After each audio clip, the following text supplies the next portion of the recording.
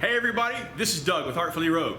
In this video, we're going to take some inexpensive Harbor Freight clamps and we're going to turn them into some high-end luxury welding table clamps. Okay, so maybe not high-end luxury clamps, but they're going to be really good clamps that I can use on my new welding table. Which, if you haven't seen that video, I'll put a link up here in the sky somewhere so you can check out the welding table video. I was building my table and I was looking for the top that has all the holes in it, and I found out that that top alone was close to $1,000. So I figured, you know what? I'll drill my own holes as I need them. Well, I need them. Working on a project, I need to clamp stuff to the surface of the table, so we need clamps. So let's go build clamps. Okay, so for starters, I picked up 2 of the adjustable bar clamps. I think these were about $3.15 a piece before tax. And while I was there, I saw these 4-inch C-clamps.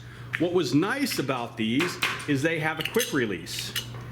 So, I don't know, we're gonna see what we can do with those. And for starters, I'm going to use a couple of 1/2-inch bolts that I have here in the shop. You can use 1/2-inch stock that you can pick up at Home Depot, Lowe's, or your metal supplier. But I had these bolts laying around. I don't see why they wouldn't work. For starters, we want to cut the dead side of these clamps off. That would be the side that doesn't move.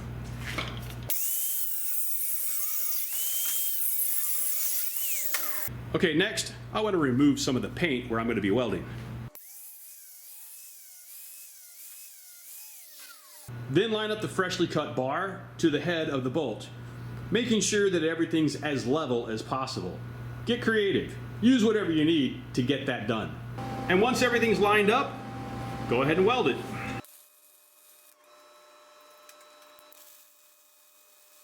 And because you don't need that much length on the bolt, I'm going to go ahead and chop off the threaded part.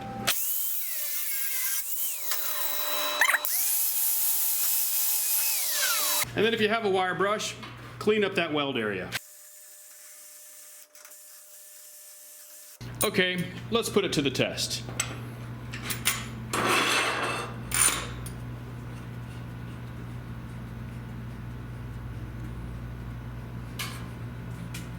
I'd say that works pretty darn good. I'm happy with that. Heck, not bad for a $4 clamp. Let's see what I can do with those C-clamps next. Okay, so for the C-clamp, I'm going to use about a 10-inch piece of solid 1/2-inch rod. And let's clean that up real quick. Found this is the best way to clean up rod. It knocks a lot of that mill scale off.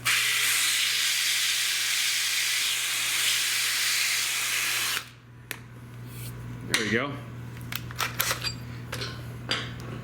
That fits in there nice and tight. Okay, so we're going to plop that in the hole. We're going to square that guy up.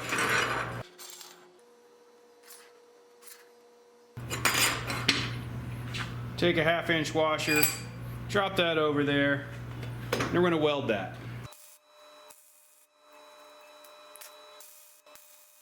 Okay, now the moment of truth. We're going to take this C-clamp and we're going to lop off this section here, so that's by itself.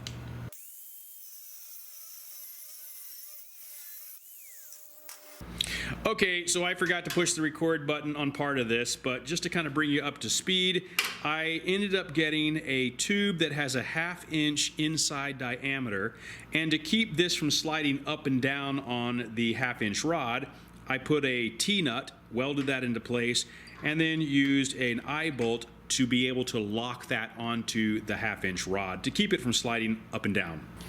All right, so let's check out clamp number 2. I like the quick release. That's kind of a clever idea. So this is the same rod that we had. We can drop that on there. Now on the second one, like I said, I added a thumb screw because when this one pushes back, this one wants to push at a perpendicular angle and it doesn't want to grab. So by adding in that thumb screw, that makes it a little bit easier. So let's give this a shot. Let's put that here. Let's put that here.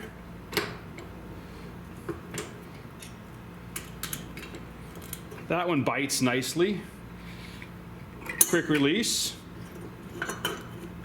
Let's tighten up that thumb screw, and then we can tighten up our clamp.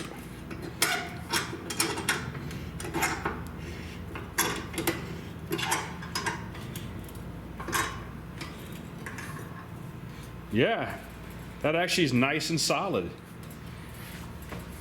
So now you've got a clamp that can do your work for, say, 90s, or you can swivel that around and kind of do anything you want. I like that. Yeah. Swivel that around, go do anything you want. One of the things that I notice on these clamps, and you have to be careful, is this piece here is plastic. It's Harbor Freight. What do you expect? And where I made the mistake on the first one, let's take that off, is I didn't realize it was plastic, and I burnt through mine. So I went ahead and make another piece, and it keeps the spring and the quick release mechanism nice and tight. So there you go. All right, well there you go. It was a little down and dirty, but literally for right around 20 bucks, I just made myself 4 welding table clamps. I know I'm going to be using these, and I've already got ideas for some other clamps that I'd like to make. If this was helpful, let me know right down there in the comments. If you haven't subscribed, please do so now. And I want to give a huge shout out to my Patreon supporters, Barry and Marlene Rush, Judy Clothier, and Funkiss Artistic Creations. We'll see everybody in the next video.